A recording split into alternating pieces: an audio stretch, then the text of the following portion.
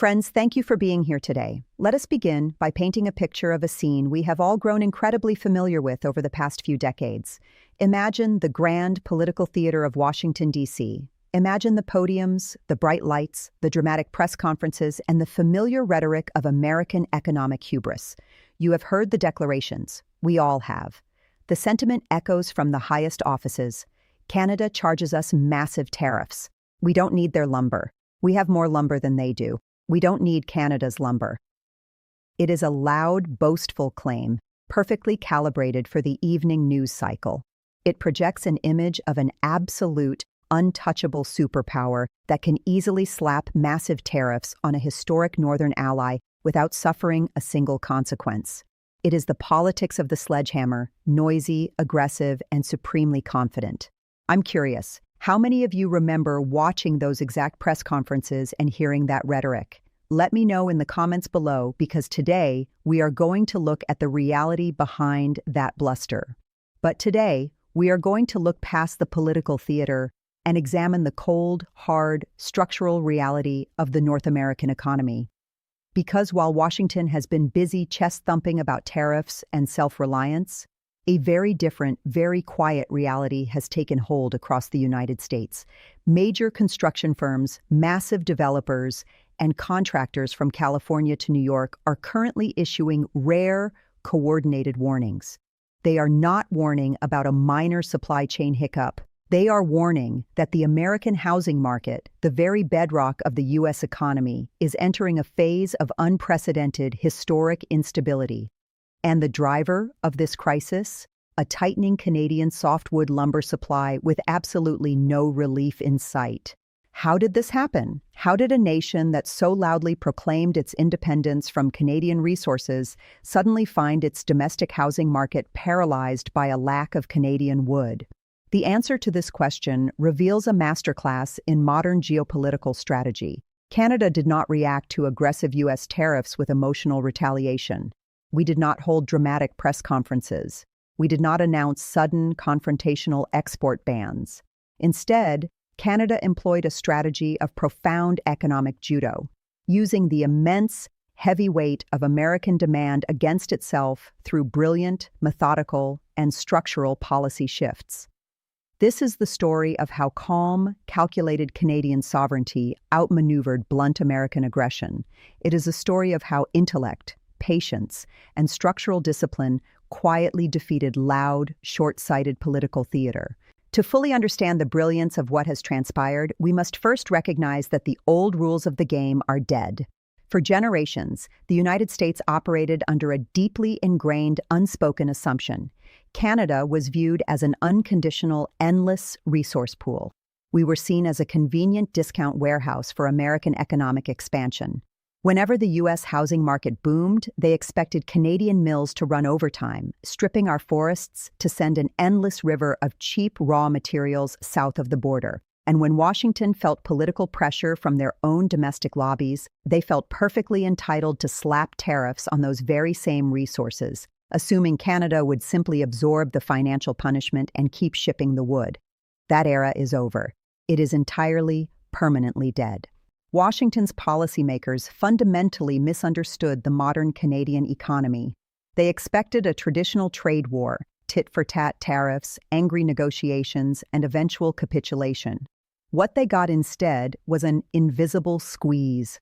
Canada began tightening the lumber supply through highly sophisticated structural changes that bypassed U.S. tariff frameworks entirely.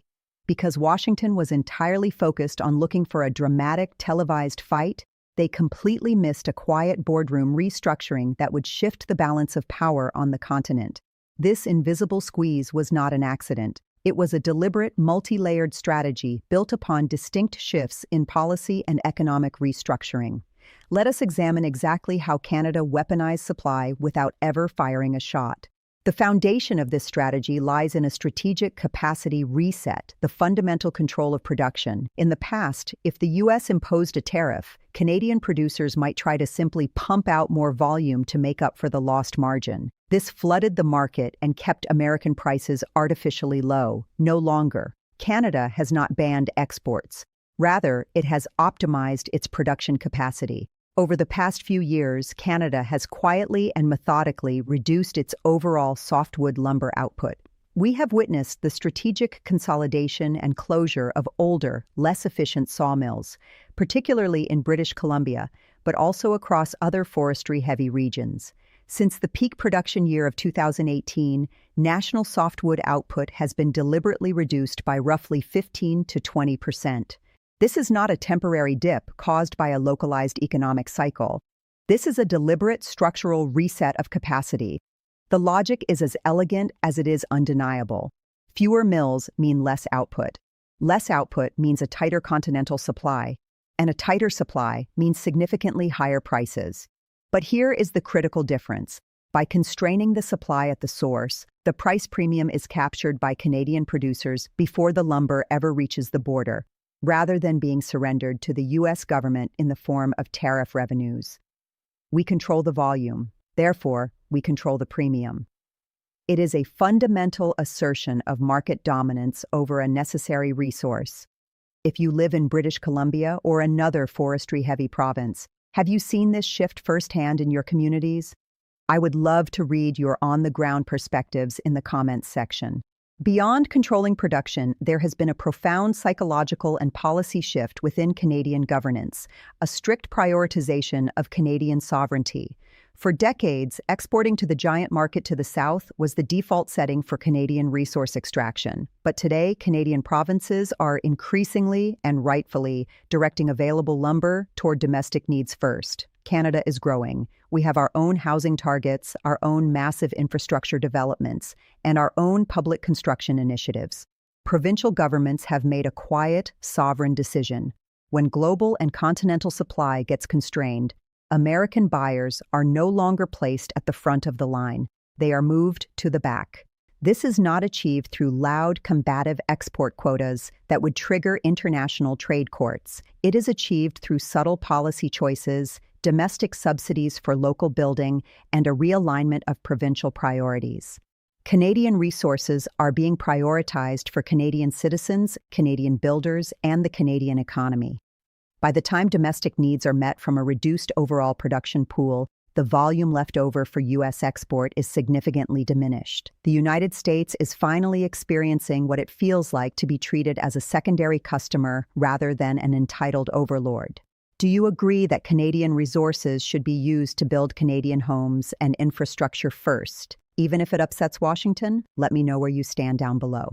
This brings us to what might be the most masterful stroke of all, one that truly demonstrates the economic maturation of Canada, the aggressive pivot toward value-added processing. Historically, the U.S. preference was clear: buy raw, unprocessed Canadian logs or basic 2x4s at dirt-cheap prices, and let American factories and laborers turn them into high-value products. Canada has aggressively rewritten this equation. We are exporting dramatically less raw lumber. Instead, we have pivoted our capital and innovation toward engineered wood products, advanced materials like cross-laminated timber, CLT, glued laminated beams, and sophisticated structural panels. This is an economic masterplay. By processing the wood domestically, Canada captures the maximum possible revenue per tree. We are keeping the high-paying manufacturing jobs, the advanced engineering skills, and the deep economic multiplier effects strictly inside our own borders. The result? The monetary value of our exports remains strong, but the physical volume of basic, cheap boards available to American homebuilders plummets. We are essentially forcing the United States to buy the expensive, finished luxury vehicle instead of selling them the cheap raw steel. We have upgraded our position in the global supply chain, leaving American builders scrambling in the dirt for basic, affordable materials that simply no longer exist in the volumes they require. Adding to this economic restructuring is a layer of absolute legal brilliance, transforming environmental standards into an impenetrable geopolitical shield. In an era where traditional tariffs are blunt, easily challenged instruments, Canada has turned environmental sustainability into a sharp, unassailable strategic advantage. New, rigorous carbon tracking requirements, intense forestry management protocols, and world-class sustainability certifications have been implemented across the Canadian industry. To the untrained eye, these look like simple green policies. To a trade strategist, they are an impenetrable geopolitical shield. These standards naturally raise compliance and production costs. American buyers can still absolutely purchase Canadian lumber. There is no embargo.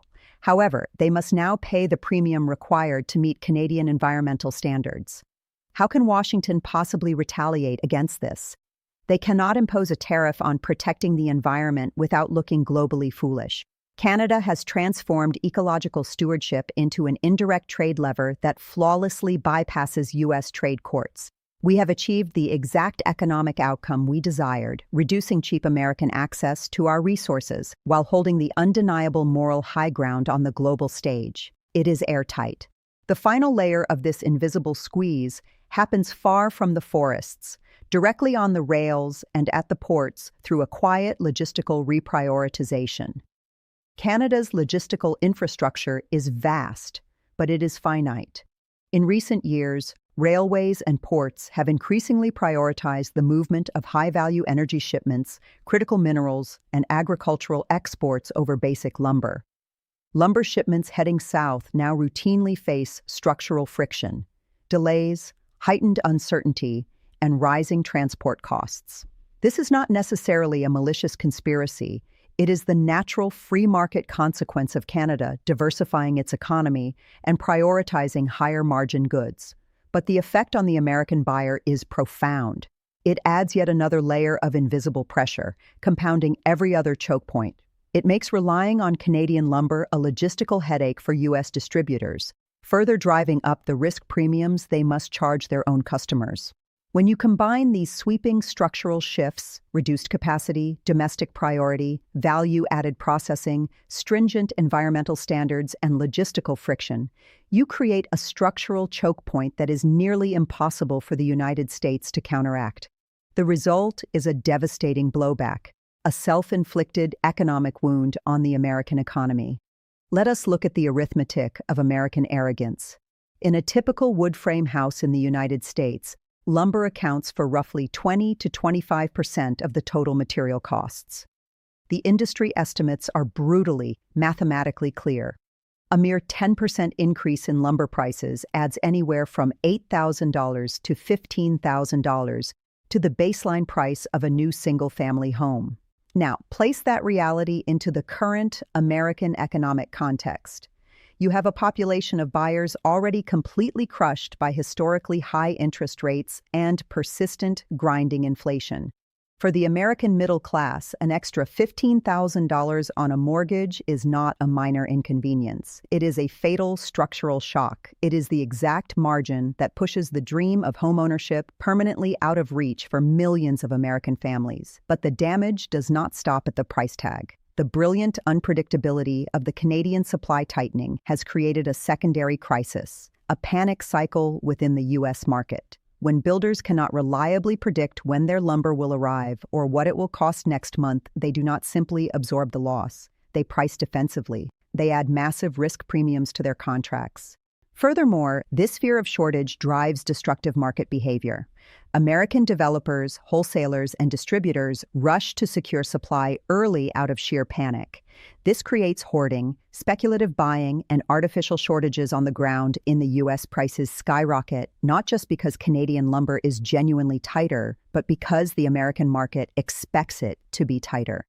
Canada has effectively introduced a psychological feedback loop that is destabilizing pricing across the entire U.S. construction sector. This economic reality swiftly transforms into the one thing Washington truly fears: a severe political crisis. In the United States, housing is no longer merely a metric monitored by economists. It is a highly volatile, deeply emotional voter issue that dictates the survival of politicians. Rising home prices push younger demographics into the rental market, driving up urban rents to exorbitant levels. This explosion in housing costs becomes a permanent, heavy anchor in their national consumer inflation calculations. Because housing inflation stays elevated, the U.S. Federal Reserve is forced to keep interest rates higher for a much longer period. Think about the profound irony of this situation. By attempting to bully Canada with blunt lumber tariffs, Washington set off a chain reaction that directly fueled their own domestic inflation crisis, forced their own central bank to punish their own citizens with high borrowing costs, and alienated millions of their own voters. It is a spectacular, self-inflicted wound, directly traceable to their own trade policy failures and their fundamental denial of their dependency on Canadian resources. And what can the United States actually do to stop it? Their response mechanisms are totally paralyzed. They can and do return to the familiar playbook of slapping on more tariffs and launching legal actions. But in reality, tariffs on Canadian lumber today simply act as a domestic tax on American homebuyers. The tariff doesn't magically create new wood. It just makes the tight supply more expensive for the American citizen. They speak grandly of boosting domestic production, which sounds wonderfully patriotic until you realize the reality of the modern United States. Attempting to open new sawmills or expand logging on U.S. federal lands triggers years of environmental litigation, massive regulatory gridlock, and fierce local opposition. Meaningful capacity expansion in the U.S. takes a decade, not a financial quarter. They also suggest switching to alternative materials, like steel or concrete. This sounds logical in a think tank until actual builders look at the spreadsheets and realize those materials are vastly more expensive, incredibly energy-intensive to produce, and already subject to their own volatile global pricing wars. The uncomfortable truth that no politician in Washington wants to admit on television is this: they can respond politically, they can respond rhetorically, they can shout from the podiums, but structurally, they remain entirely exposed and trapped. Canada did not single-handedly create America's construction cost crisis. What Canada did was far more intelligent.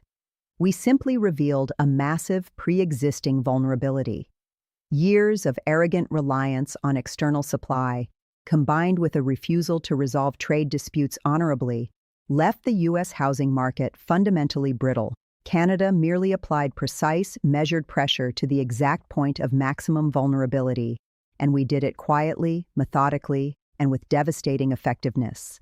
Now, while the United States scrambles to manage the daily chaos of this crisis, Canada is playing a much longer, much more sophisticated game. What is happening right now is not just a tactical victory in a trade dispute, it is a great pivot, a fundamental securing of Canadian economic sovereignty. We are protecting our national wealth for the future.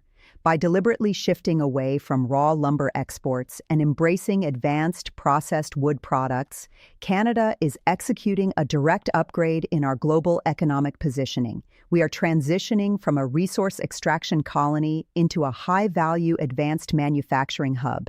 We are trading low-margin volume for high-margin prestige. More importantly, we are profoundly altering how we view our own land.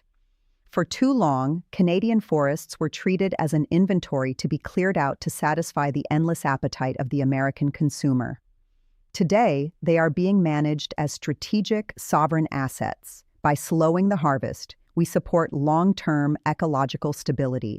This is not just good environmentalism, it is incredible economics. Predictable, sustainable harvests ensure supply stability over decades. It guarantees that Canada will never exhaust its wealth, thereby stabilizing our pricing power and strengthening our global credibility as a reliable, perpetual supplier of premium materials. Furthermore, in a modern era where brute force tariffs are becoming the standard weapon of trade wars, standards and regulations have become the sharper, more intelligent tool. By aggressively embedding carbon tracking, strict sustainability metrics, and traceability requirements into our export products, Canada is positioning itself not as a desperate price taker, but as a global rule setter. We are dictating the terms of engagement. And crucially, this strategy allows Canada to sever the psychological and economic chains of American dependence. By diversifying our client base, we reduce the political leverage Washington holds over Ottawa. We are actively and successfully building robust relationships with European and Asian buyers, markets that appreciate quality, respect the rule of law, are willing to meet strict Canadian environmental standards, and, most importantly, are willing to pay fair Canadian prices without threatening us with tariffs every 4 years. Let us take a moment to consider what this truly means for the legacy we are leaving to the next generation of Canadians. For decades, the American political system has been driven by the frantic, short-term demands of two-year election cycles. Politicians in Washington make impulsive, emotional decisions, like slapping aggressive tariffs on allies, simply to secure a quick headline, appease a loud domestic lobby, or win a localized midterm race. They routinely burn vital international bridges just to generate temporary political warmth at home. Canada, however, has chosen a profoundly different path. By restructuring our forestry sector and fiercely defending our pricing power, we are not just winning a temporary trade dispute. We are securing the economic foundation that funds our entire way of life. When we extract the maximum possible value from every single tree harvested on our sovereign soil, where do you think those premium revenues go? They do not go into the pockets of American wholesalers or U.S. developers. They stay right here. They fund our local municipalities, they build our national infrastructure, and critically, they provide the essential tax base required to sustain the social safety nets, the pensions, and the world-class healthcare systems that define the true Canadian standard of living. We are actively shifting from a mindset of rapid extraction to a mindset of permanent endowment. We are ensuring that 30, 40, or 50 years from now, our grandchildren are not left with barren landscapes and depleted resources, sold off for pennies on the dollar to fuel a fleeting, debt-driven American housing boom. Instead, they will inherit a modern, technologically advanced, and ecologically sound resource economy that remains fully under Canadian control. Washington's current frustration stems entirely from their inability to comprehend this level of strategic patience. They look north and expect to see a compliant, desperate supplier ready to bend to their immediate panicked demands. What they are encountering instead is a sovereign, self-respecting nation that has calmly decided to prioritize its own future over America's present. We have fundamentally detached our economic destiny from the chaotic, unpredictable pendulum of U.S. domestic politics. This is the absolute hallmark of a mature, confident nation. We do not need to shout to be heard. We do not need to engage in the noisy, confrontational theatrics that currently paralyze the halls of Congress. We simply write the rules, enforce our high standards, and let the undeniable, structural laws of supply and demand do the heavy lifting on our behalf. Ultimately, what we are witnessing is the birth of a new North American reality.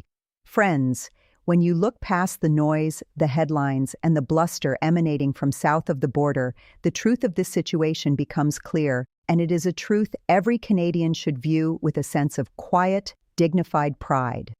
Through this structural transformation, Canada is sending three unmistakable messages that will define North American relations for the next generation. First, a message to Canadians themselves. Our natural wealth, the bounty of our sovereign land, will no longer be sold at a discount simply to subsidize the American dream. Our resources exist to build Canadian prosperity. The goal moving forward is fewer, smarter exports, resulting in better jobs, higher wages, and vastly more value kept permanently at home. Second, an unyielding message to the United States. Canada is no longer an unconditional safety valve for your endless consumption. Trade relations between our nations are now strictly reciprocal, not automatic. The days of taking us for granted are over. Geographic proximity does not equal dependency. If you want our premium resources, you will treat us as equals, and you will pay the market price. Third, a message to the rest of the world.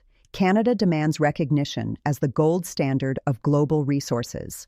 We are a stable, rational, rules-based supplier, but our resources are not unlimited. If you meet our high standards, respect our laws, and invest properly, our supply will be deeply reliable. But if you ignore sustainability, or if you attempt to bully us with aggressive trade tactics, you will find your access quietly, legally, and permanently tightened. The lumber dispute of this era was never really just about wood. It was a fundamental test of national identity and geopolitical leverage. Washington brought a noisy, heavy sledgehammer to a strategic chess match, and Canada, playing the role of the calm, rational adult in the room, quietly, reasonably, and devastatingly proved that intellect, the rule of law, and structural discipline will always defeat loud, short-sighted aggression. What do you think? Has Canada finally found the definitive playbook for dealing with Washington?